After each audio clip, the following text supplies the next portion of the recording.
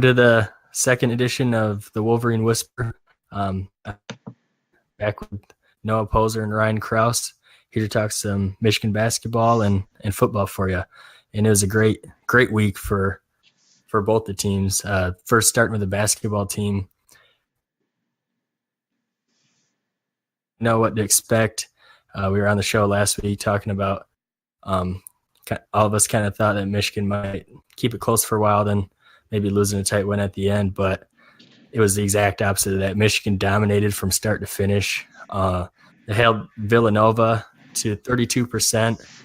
I thought what was really evident was just the physicality of freshman Ignas Brzdakis, just locking up on Pascal, Villanova's talented forward. He only shot 3 of 14. It wasn't just Ignas that was guarding him, but Michigan just really made it tough all night for Villanova and just dominated that entire game. And Villanova never really had a chance, and Michigan didn't even shoot particularly well, in that game. I mean, they shot 51%, but they only made 5 threes, but a lot of transition baskets, a lot of driving it to the basket. Ignas and Matthews had a great game.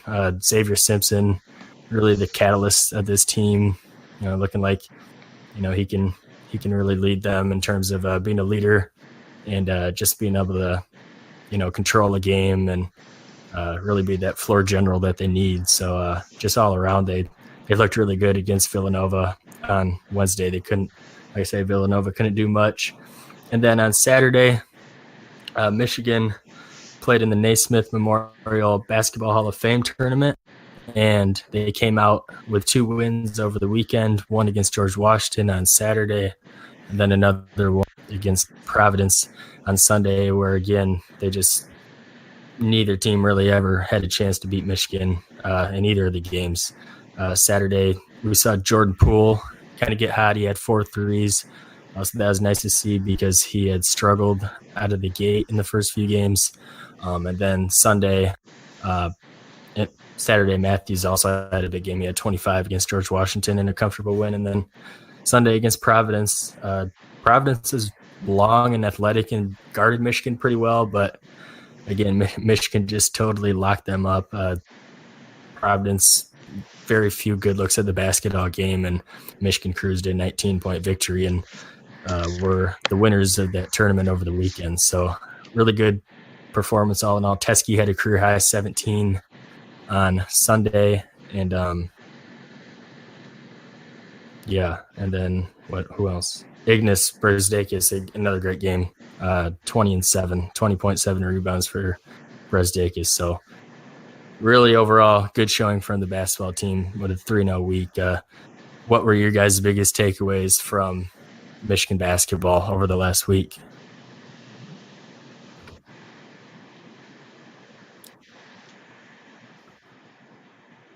Either one of you, it doesn't matter.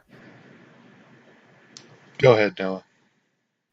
I think that this defense is going to be even better than it was last year. At least that's what it has looked like throughout this game, throughout this part of the season so far. Obviously, they haven't played any real world beaters. George Washington's not a really good team. Providence might be average at best. Villanova, after losing to Michigan, lost to Furman later in the week. So we don't really know where they're at this moment.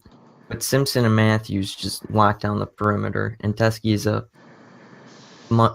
huge upgrade in the paint, defending over Mo Wagner was last year. This looks like a defense that's probably going to be one of, if not the best in the country, when it's all said and done.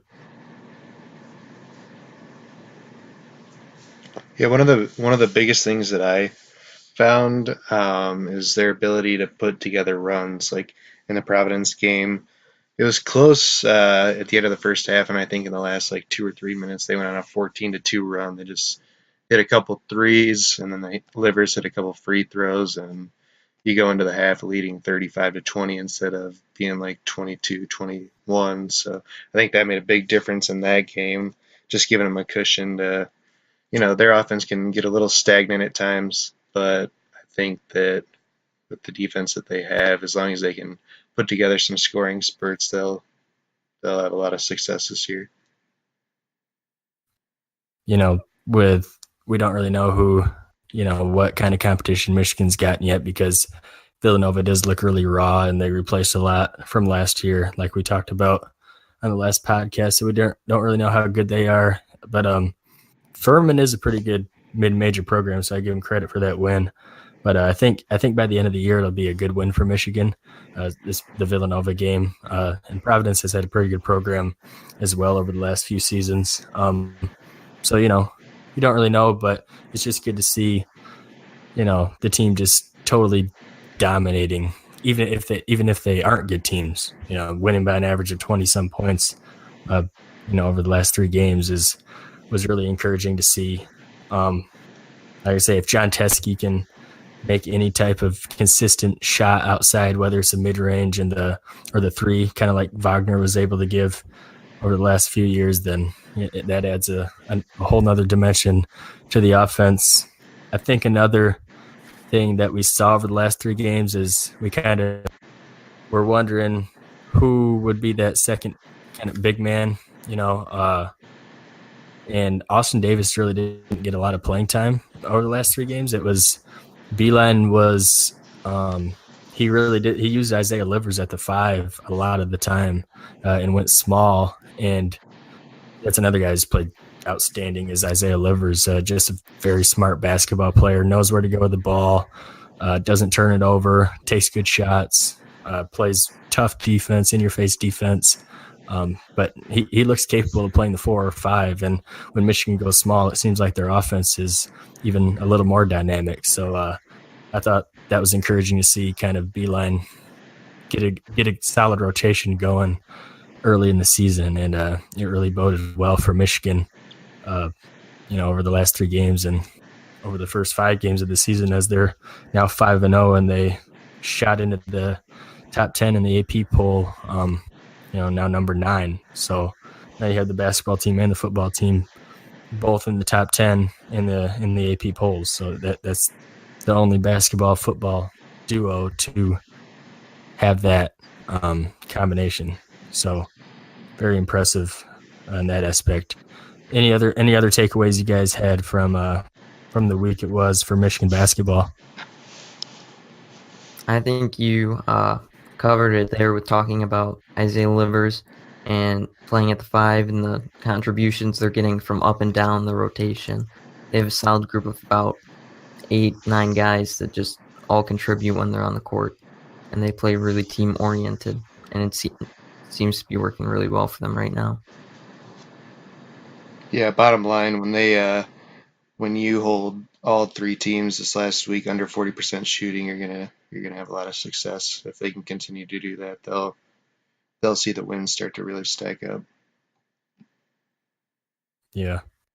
Like I said, it was just an overall good performance over the week. And then looking ahead to Friday, Michigan has 1 game on the day after Thanksgiving, Black Friday, against Chattanooga, and Chattanooga comes in at 2-4. Doesn't look like they'll be much of a threat to Michigan, but still got to go out and play the game and keep the momentum going. And Noah, you kind of have a little bit of a scouting report on Chattanooga, so why don't you just tell us about what they're going to bring to the game. So Michigan on Friday has a little bit of a tune-up game for the game coming up against North Carolina next week. They take on Chattanooga at Chrysler. Chattanooga's 2-4. They've lost 3 straight, including a blowout loss to the likes of South Alabama. There's not much talent there. There's not really anything that should challenge Michigan. They like to take a lot of threes. They take 21 three-pointers a game. They don't really make much of them, but they certainly like to shoot them, so you definitely have to pay attention to that if you're the Michigan defense. Their best player so far this season, Kevin Easley, is a forward, averages 15 points per game and 6 rebounds. Secondary scorer is freshman guard Donovan Totley, who averages 11 points per game himself. And then someone to keep an eye on in this game is their center, Thomas Smallwood. He comes from France. and he averages 10 points per game, 9 rebounds per game. He also may be their best outside shooter so far this season. He's shooting 50% from outside, really their only shooter that's taken off so far this season.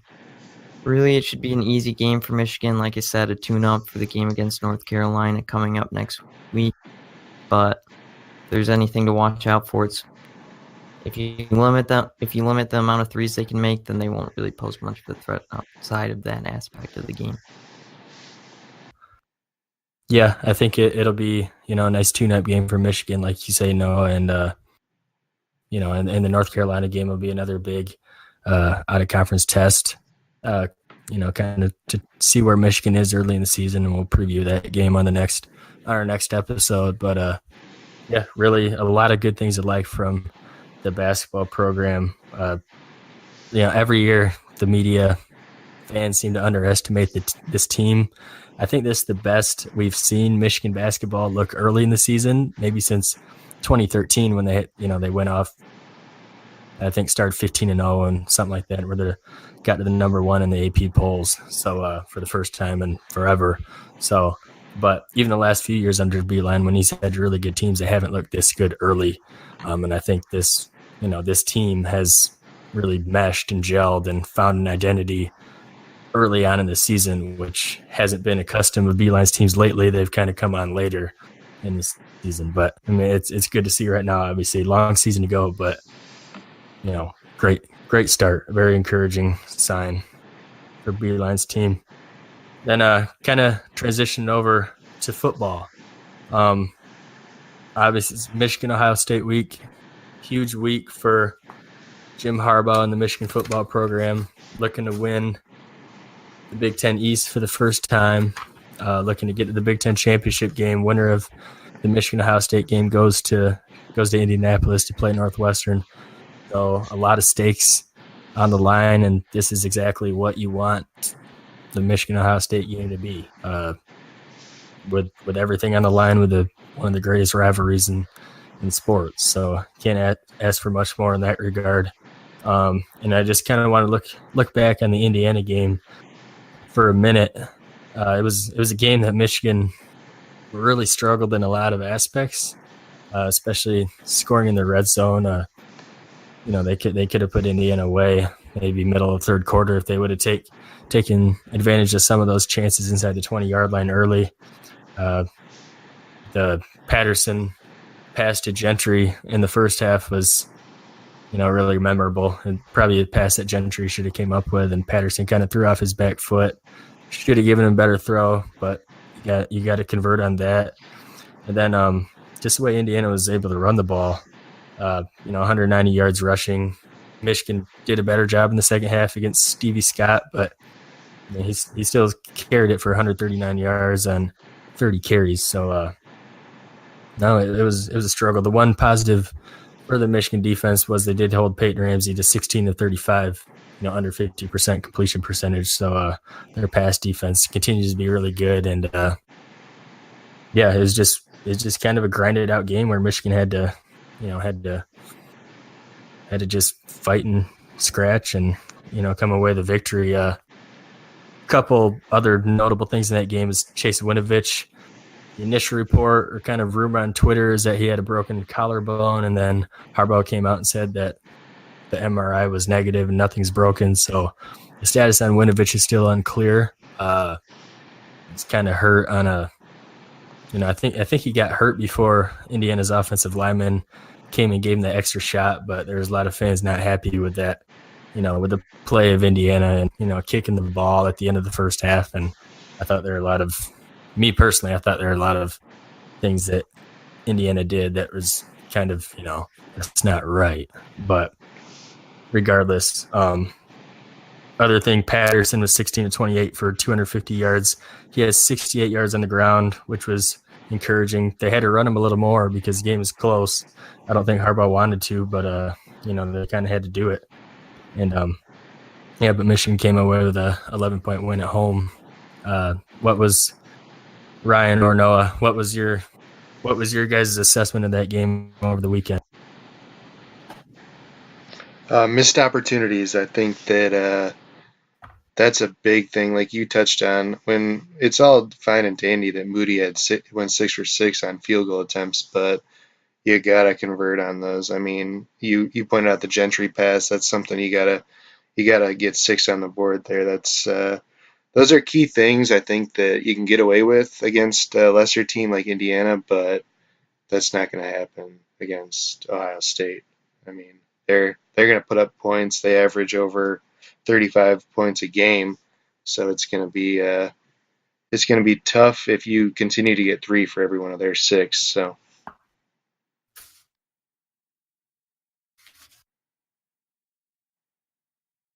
Yeah, I think from this game, looking back at it,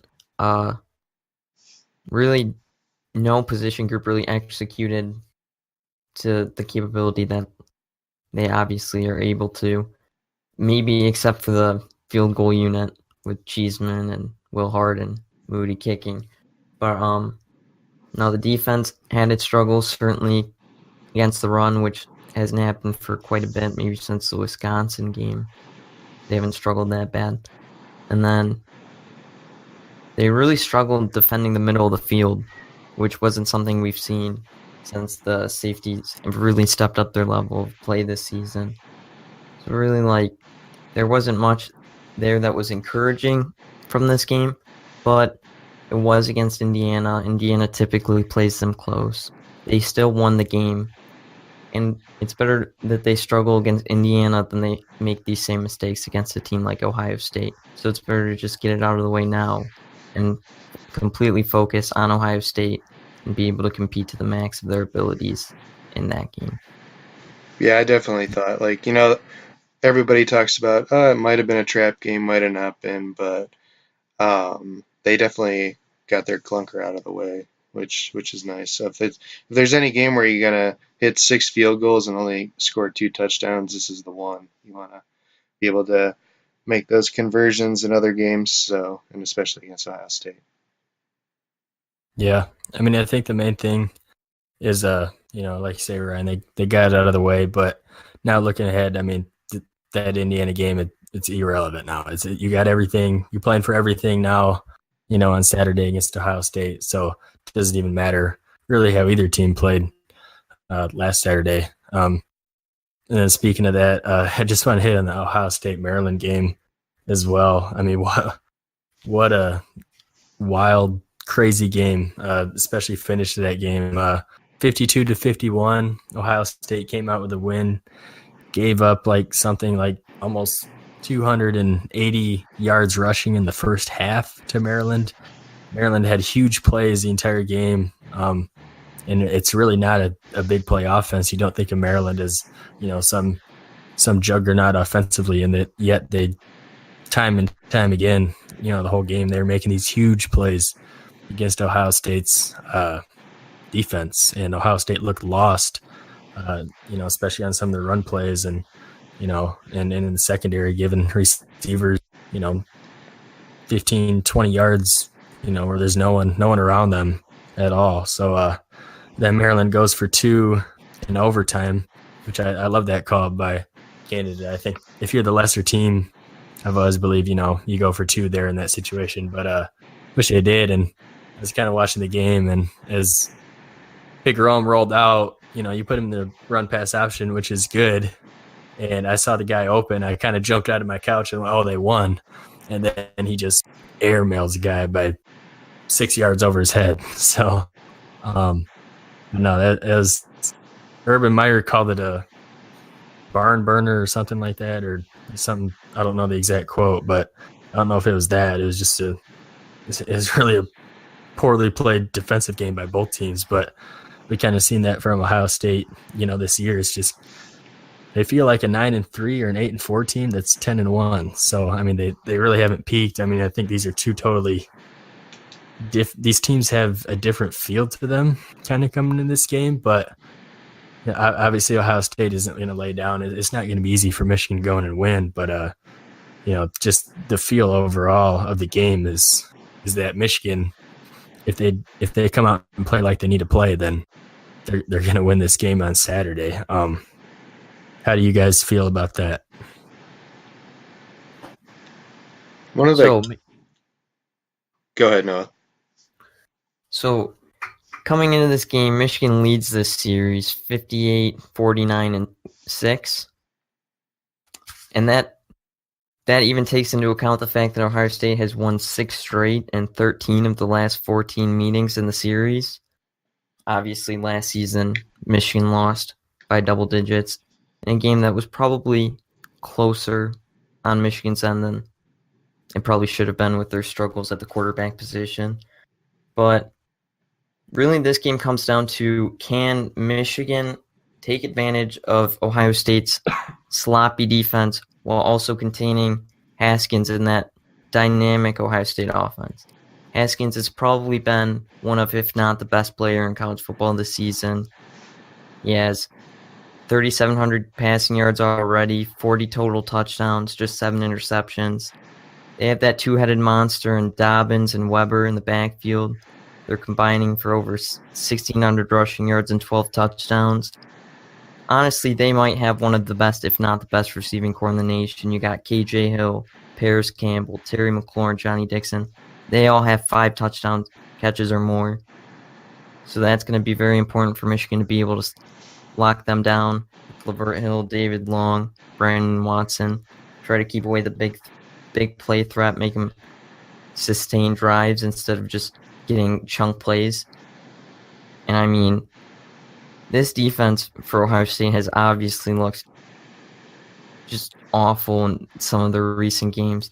Obviously, the Purdue game, Purdue lit them up. Maryland, Anthony McFarland for Maryland just ran for almost 300 yards against them. Like, they're definitely susceptible through the air and on the ground. Like, they haven't been able to stop anybody. Michigan has shown a lot of improvement on offense this year, so that's definitely something to keep an eye on, because this is probably going to be a pretty high-scoring game despite Michigan's great defense. So Michigan's offense is also going to have to pick up the slack a little bit and come out better than probably they're used to having to be. Yeah, I think Michigan, they are going to be challenged with Dwayne Haskins. He's a great quarterback, like you were touching on, Noah. He's definitely the best quarterback they've seen this year. A lot of people have been like, "Oh, who has Michigan played? Who's the best quarterback they've played?" I mean, they go out there, they play the guys that are on their schedule, and those are the cards you dealt. Really, you got to play the guys that are in front of you. So, but Dwayne Haskins is definitely going to be the best pure passer they've seen, and I don't think he causes too much trouble with his feet, but they can't just abandon that and have him, start becoming this JT Barrett clone or something like that, picking up key third downs that extend drives that lead to scores. So you really got to contain him. And J.K. Dobbins, I think he carried the ball 37 times last game against Maryland. So I don't know what exactly happened to Mike Weber. I don't even think he registered a carry. But if Dobbins is going to be taking the ball most times, then you're really going to have to plan for that. He's a dynamic back, and last year he had over 100 yards rushing against Michigan, so you really got to plan for, I think, those two, and then obviously they have a ton of playmakers at receiver too, so it's not going to be Don Brown's easiest task, but I think he'll be up to the task. Yeah, I think it's interesting you mentioned something about Dobbins, because he's obviously a super talented running back, and but I thought I don't know if it's just me or they had him put on like a massive amount of muscle like over the off season, and I'm watching some of the games, and in games where Ohio State has struggled to run the ball, it's almost like he doesn't have that explosiveness, to get to the outside anymore. Obviously he's still fast, but he's not a guy they can swing it out, out of the backfield and kind of get out into space. And, they have other guys who can do that. But I thought it was interesting kind of this season to see Dobbins get so built, and I think it kind of took away from his game a little bit, I don't know if he's as good as in between the tackles, as he was outside. I mean, obviously with his strength now, he can be good in between the tackles runner, but I thought his strength was always, getting the outside and making teams, beating teams like that. But it's just something I noticed. And then I think one thing that bodes well for Michigan is the fact that, Patterson has become more of a runner as the season has gone on, and Harbaugh's incorporated that in the offense. And Ohio State, especially going back to the Penn State game, McSorley beat them on the same designed run all game long, and Ohio State really struggled to defend that. And if Patterson, I think this is the game where Patterson can go over 100 yards on the ground. I don't think he's done that yet this season, but I think Michigan will kind of unload the whole bag of tricks on offense and kind of unload the whole arsenal. And if they take care of the ball and they establish a run game early, get the receivers involved down the field and play action, then if Michigan gets to 30, I see them, which I think they'll be able to. I see them winning the game. I think there's too many weapons there and too many vulnerabilities on Ohio State's defense to be able to contain Michigan's offense. But on the flip side, I thought it was a little bit concerning against Indiana, where Michigan kind of let some of those short passes and man coverage kind of go for big yardage at times. Indiana they'd line the receiver on the outside and then clear out the other two guys on one side of the formation, and Michigan have to follow in man coverage all the way across the field. And if they blitzed Devin Bush from the middle and left the middle vacant, then Indiana took advantage of that a few times. So with the speed of Paris Campbell and KJ Hill and guys like that, Michigan's really going to have to watch for that and maybe pull back on the blitzing, on the third and longs, and kind of keep the ball in front of them, make sure they don't give up the big play like Noah said. So there's definitely interesting matchups to watch for. I was kind of interested to know what is the one matchup Michigan has to win, kind of to win this game. What do you guys think? I would definitely say the matchup that they have to win is their cornerbacks against those receivers because, like I said, these receivers are some of the most dynamic receivers in all of college football. And obviously Michigan's cornerbacks have played almost as well as any other group of cornerbacks in the country. So I think that's definitely the one spot where I'm going to be keeping my eye on as to what will decide the game. Whose strength is stronger, the receivers of Ohio State or the defensive backs of Michigan? Yeah, I'm looking for Michigan's defensive line. If they can cause some disruption to Haskins, put him on his back a couple times early, I think that's going to help. I don't think he'll be able to set his feet as much and deliver to those receivers. So I think that's only going to help the corners. If they can get some sustained pressure on Haskins most of the game, then they got a good chance to nullify a little bit of the big playability or even just getting it into their playmakers' hands. So, yeah, I think we've seen Ohio State where they've struggled in games this year is when Haskins hasn't had much time to throw. I think if Michigan can get to the quarterback consistently with 4, then it's going to be tough for Ohio State to move the ball the entire game. One point I would make about Indiana last week in Saturday's game, I thought that was the best offensive line Michigan's played all season. That is kind of surprising to me. But unless, obviously part of it might have been just Michigan not playing up to standard either. But I thought Indiana, they had some guys up there who could really pass protect for Peyton Ramsey.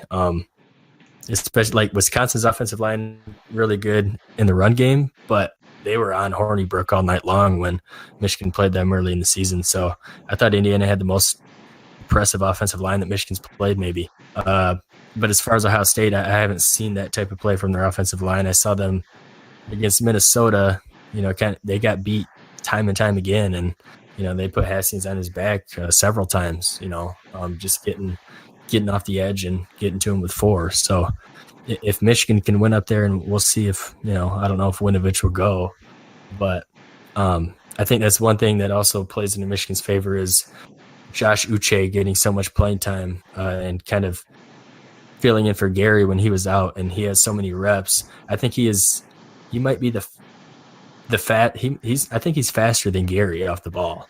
Like he can really get off the edge. He doesn't have the power that Rashawn Gary has, but in terms of speed, he can get off the ball with the best of them. So if Michigan can make it tough on Haskins with 4 and drop 7 into coverage, then it's going to be tough for Ohio State's offense to move the ball. Now, if they can't get to him, then I might have a different story. Ohio State might have a day on offense, but that's going to be the one matchup I'm looking for. Like you said, Ryan,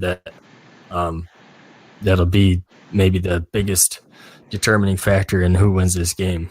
So, anything else you guys want to add?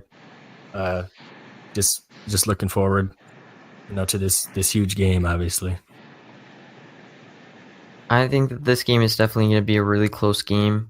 I personally am not one of those people saying that, Ohio State has looked off recently, so they're not going to, Michigan should run all over them. I think this is going to be a very, very close game. Urban Meyer is 6-0 against Michigan. Jim Harbaugh is 0-3 versus Ohio State. I think Urban Meyer would like to keep it that way. They definitely have the talent to do so if they manage to play up to their talent. I think this game definitely comes down to who can make a defensive stop late. I think Michigan has a much better defense than Ohio State. So I think that this game will probably come down to Michigan probably making a late stop when Ohio State has the ball in order to preserve a lead to win this game. So that's how I think this game is going to end up playing out.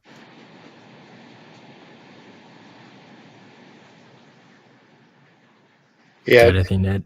it almost seems like shades of 2011, where you got, the score of that game was 40-34, and it took a defensive stop and interception by Courtney Avery to win that game.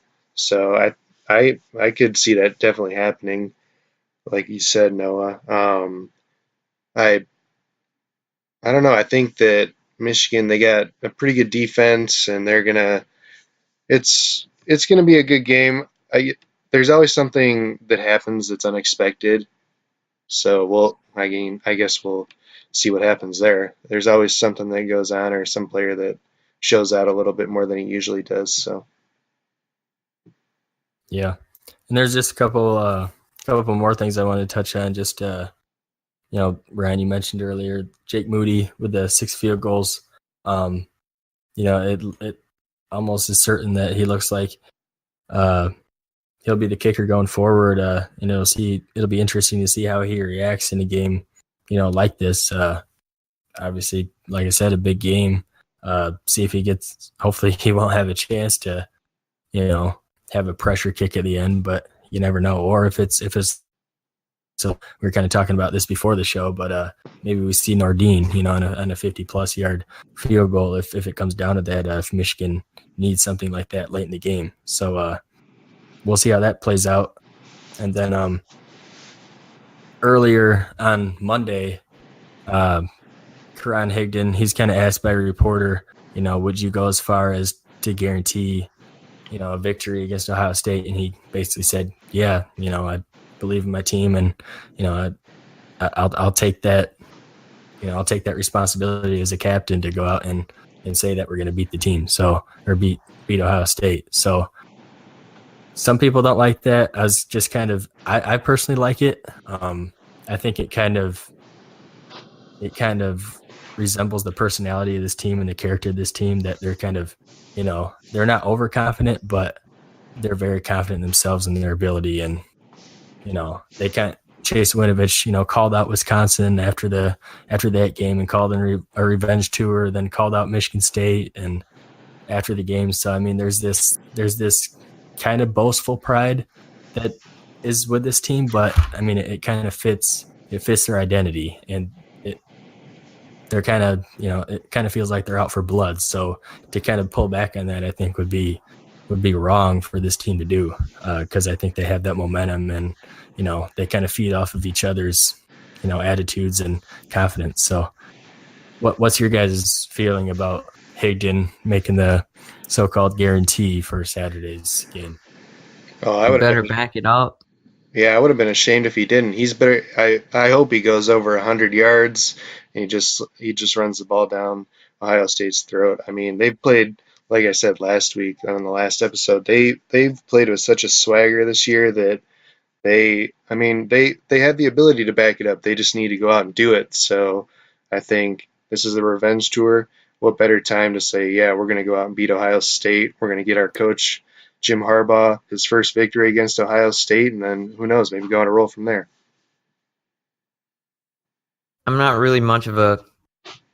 I don't really like when players go and guarantee victories against other teams, especially a team that's your biggest rival. Not that they need any more motivation, but it's just another thing that they'll look to as they sort of get ready for the game on Saturday. But if Karan Higdon is going to go out and make this sort of declaration and guarantee victory, he better come out on Saturday and have the game of his life to make sure that happens. Because if he doesn't, a lot of that's going to come back on him. Yeah, I think, obviously, like you say, no, when you make a prediction or a guarantee like that, you got to come out and perform. But I think he will. I mean, I think he's obviously been one of the better running backs in the Big Ten and in the nation. So, he's got to come out and deliver, and we'll see what he does. It'll be interesting to see that. And then we kind of we had some mailbag questions for our for the show. A few they came from fellow MSE writers. So the first one I'm looking at is from Chase from he's a writer for MSE. He asked, what exactly does Michigan need to do during the game in order to beat Ohio State, and how can Michigan overcome their weaknesses in order to secure a victory? One of you guys can go ahead and answer that first. Go ahead, Noah. Michigan just needs to execute their game plan. They definitely have all the weapons they need on offense in order to expose this leaky Ohio State defense. If they just, their O-line has shown massive improvement over the season. Ohio State's rush defense is pretty questionable. If they can just stick to their game plan and just pound the ball down Ohio State's throat, then they should be all set up to be able to open up the offense and take shots down the field, get chunk plays, expose the secondary of Ohio State, which hasn't been on that great itself either. So offensively, that's what they have to do. Defensively, like I said, they have to match up on the outside with these talented wide receivers. They have to get after Haskins. Haskins has been a lot less effective when he's been under pressure this season. And if you let him have an open, clean pocket, he's going to torch you all game long. And weaknesses-wise, honestly, I think that their biggest weakness this season has probably been their kicking game. And last week, Moody had a great game. So if Moody comes out on Saturday, gets the start, and is able to execute as effectively as he was last week, then I think they have all the tools in order to come out and get a victory this weekend. Yeah, I think the biggest thing that they need to do to beat OSU is win the turnover battle. That's going to be the biggest thing. If you go out there and play sloppy, you got interceptions, fumbles, you can't hold on to the ball all of a sudden, it's going to be a long day because Ohio State's going to make you pay. And just keep the time of possession so you keep the ball out of Haskins' hands and the Ohio State's offense hands. I mean, as long as you do that, I think they have a good chance. Like in 2016, it doesn't even come down to JT was short or whatever on that play. If they make some plays and don't make some silly turnovers deep in their own territory or something like that, that's what I'm going to be looking for, is just a mistake-free game. And they've done that pretty well throughout the years, so I think that they have an opportunity again in this game to do the same thing. Yeah. And the one weakness, I think Don Brown has a love affair with man defense. They play it really well. They're coached up really well, the corners and stuff like that, but I think it leaves them a little vulnerable over the middle of the field when they just match up man on the receivers. So that's the one thing. Maybe if they mix in a little bit of zone, that they can maybe create a few plays that way on defense. Yeah. Yeah, JT was short though, Ryan. Just for the record. Yeah. You can't tell Michigan fan that, and but I agree that game was Michigan made their fair share of mistakes in Yeah. 2016 Oh yeah, to they definitely really had opportunities to. to put them away earlier. Yep. But yeah, I guess we touched on a lot of the things that Michigan, what they need to do in order to win. I just wanted to kind of touch on, I get the weaknesses part. What is Michigan's biggest weakness? I guess one of them. Noah mentioned the kicking game, so I'm gonna say like we saw last weekend, inability to finish some drives. I think kind of how they overcome that. I think like we've seen against Ohio State all year is make the big play. If Michigan can get 2 or 3 of those big plays for touchdowns, and they have the receivers to do it, Donovan Peoples-Jones, Nico Collins, Tariq Black, can get down the field and beat Ohio State's secondary down the field, then that's gonna play a big part in Michigan being able to put up points in the game. So yeah, when they get inside the 20, they need to finish drives with touchdowns, hopefully. But I think this is the game for Donovan Peoples-Jones, Nico Collins, like I say, Tariq Black, the big athletic wide receivers who can get downfield to have a big day. So that's what I'm looking for Michigan. Second question is from Christian, also from the MSE staff. He asked if Michigan is going to win against Ohio State, what one player on each side of the ball is going to have a big day? You guys can answer that again. Offensively, I think this is the time where Shea Patterson has to come out and show why he was such a heralded transfer coming over from Ole Miss. If he can be effective taking those deep shots down the field, as well as on the ground, exposing the MSU run defense with some read option, I think that will be the easiest way for them to win. Obviously, Hinkton has to be good, but if Patterson can take those deep shots and connect on those deep shots, I think that Michigan has a way higher chance of winning if he's able to connect on those than if they just pound the ball, try to play conservative. I think they definitely need some of those deep shots in order to win the game. And then defensively, I would say Devin Bush probably has to be the most effective in this game. Devin Bush was just named a finalist for the Dick Butkus Award for best linebacker in college football. We've seen what he can do all season. Probably the fastest linebacker in all of college football. But Dobbins and Weber are very dynamic coming out of the backfield. They're able to go sideline to sideline and go up the middle. I think the linebackers have to be really effective and to just playing their assignments, making sure they get Dobbins and Weber down before they can break off big plays in the run game. Because if they're breaking off big plays in the run game, then that just opens it up even more for their passing game. So I think if Devin Bush and the linebacking core as a whole, really, if they just do their jobs, I think it will make this game way easier just having the run game stopped and just making them pass the ball. I'd say on offense, yeah, I'm gonna side with you there, Noah. I think that Shea Patterson has to have a big day with, like you said, with his feet and with his arm. He's gonna have to be able to limit turnovers, don't throw interceptions, hang on to the ball security, and just play within yourself. Make the plays that are in front of you. Don't try and force anything. You guys got a lot of playmakers out there, and I think Michigan and Shea Patterson can have a big day on Saturday, and I think that's the biggest key for me is how Patterson plays during the game. And on defense, I'm going to go two for here. I think Lavert Hill and David Long have to play. They have to play lights out. I mean, I think the Ohio State offense really revolves around Haskins in the passing game. He's obviously thrown for a lot of yards, a lot of touchdowns, 38 touchdowns on the year.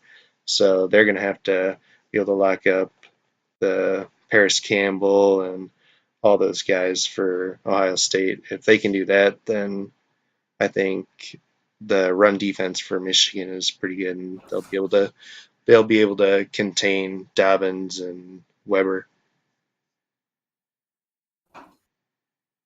Yeah, I think like I say, I think Patterson have to have a big day offensively, like you guys say. But I think almost the biggest key I feel like on the offensive side of the ball is if Karan Higdon can get loose often and early, it's going to take so much pressure off of Patterson to be able to, and I'm confident that he's, he'll play within himself and the moment won't be too big for him. But if Higdon can have a huge day and Michigan doesn't really have to shoulder, and rely on Patterson to make a bunch of plays and use his legs or whatever, then Michigan's just going to keep pounding the rock with Higdon, and it's going to make things a lot easier. So I think that's one thing to look for early, because if Higdon gets going early and Ohio State shows they cannot stop that, then Michigan's going to have a good day. And I think like I say, if he gets going, then I think that's the biggest key, because it takes so much pressure off for everyone else to have to make plays and do as much.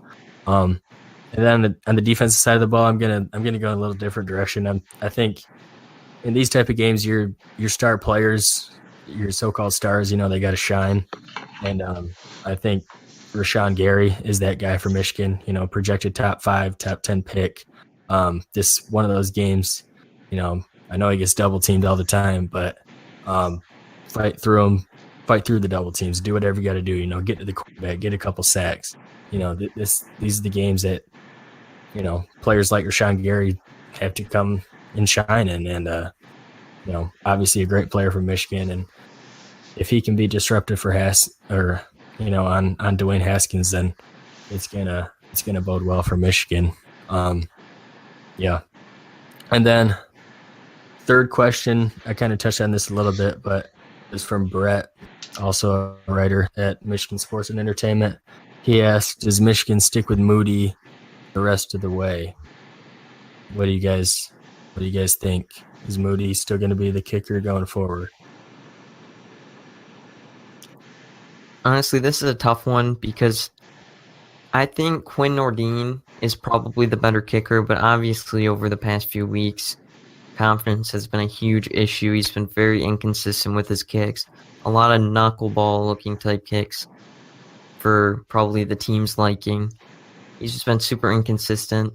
Obviously, last week he didn't play. Harbaugh said he was sick. He wasn't ready to go. So Moody came in, went 6 for 6, set the program record for most field goals made in a game, breaking a record, ironically, that Quinn Nordine shared when he made 5 earlier in his career. But Quinn Nordine, we know he has a leg. We haven't seen Moody really kick a long field goal yet. So it'd be really interesting to see if at any point in the game, if we have like an opportunity to have like a 53, 55-yard field goal, what they do there.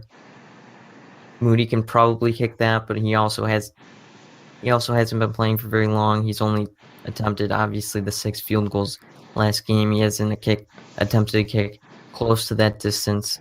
We've seen Nordine make these kicks in the past, and in a clutch situation, do you want to have the guy who has made such kicks in the past, although maybe struggling a little bit with confidence, or someone like Moody who hasn't attempted a single one of those kicks? So I think that will be really interesting to see who comes out there on Saturday. Obviously, Moody, with his performance last week, showed that he deserves the job, although you never really know what's going to happen with Jim Harbaugh and his decisions. Yeah, for this, it's tough, but I'm going to go with riding the hot hand. You got a guy that just made 6 in a row. He's probably riding really high on confidence. I mean, that's quite the accomplishment, hitting 6 field goals. And I think going into the horseshoe, if you got to make a kick, then why not put him out there? He's shown that he's got the ability to hit a field goal. So I say stick with the hot hand and hope for the best. I mean, you hope it doesn't come down to a field goal at the end of the game, but I would put Moody out there. Yeah, I think that was one of the more underrated coaching decisions that Harbaugh made as well was, having the guts to go to Moody. And I know he said Nardine was sick, but he was out there warming up against Indiana. He hit some total shanks. So maybe he was sick and maybe that's part of the reason, but I'm thinking some of it was, he just had not kicked the ball well lately. So, but yeah, like you guys say, it'll be interesting. We don't really know Moody's range yet. All of them are shorter, kind of shorter field goals. So like Noah said, it'd be interesting to see who they run out there, if they need a 45 plus yard field goal. But, yeah, but as far as, just in general, yeah, you go with Moody. He's like you say, Ryan, he's the hot hand, and you just stick with that. And I think he's your best chance. And then to kind of wrap it up, you guys want to make some predictions? I'm going to make a prediction, so let's do it. I'm going 34-24. Michigan wins in this game. What do you guys got? I'll go Michigan 38, Ohio State 35. I think it'll be a classic like the 2016 game, and it'll be close throughout the entire game. Come down to Michigan going down and getting a game-winning touchdown with under a minute remaining. I say that the score in this one's going to be 27-24. I think Ohio State's going to have the ball late, but I think ultimately Michigan is going to come up with a big stop in order to preserve that victory and get to the Big Ten championship game for the first time in years. Yeah, obviously a lot of things on the line in this game. People talked about after the Notre Dame game in week. Everyone was upset with the program and upset with Harbaugh and, screaming and yelling about everything. But Michigan's done what they needed to do to put themselves in this position. And, as a fan, you got to feel good about the position that they're in and the season that they've had. So, yeah, I think in this game in particular, I think Michigan's going to get some of those big plays offensively. I think Ohio State will be able to move the ball a little bit with the playmakers they have. But, I just, like I say, if Michigan breaks 30, I see them winning the game. I don't think anyone's really come close to scoring 30 against Michigan all year outside of Notre Dame. They scored 24 in week 1, and then not much doing after that for the offenses against Michigan. Obviously, Ohio State's a different animal, but so yeah, we'll see what happens. But yeah, I've got Michigan, kind of pulling away in the fourth and coming away with a 10-point win. So we'll see what happens. Looking forward to it on Saturday. Thanks for listening to the second episode of Wolverine Whisper. I'm Seth Berry with Ryan Krause and Noah Poser. And thank you guys again for listening. You can cut it.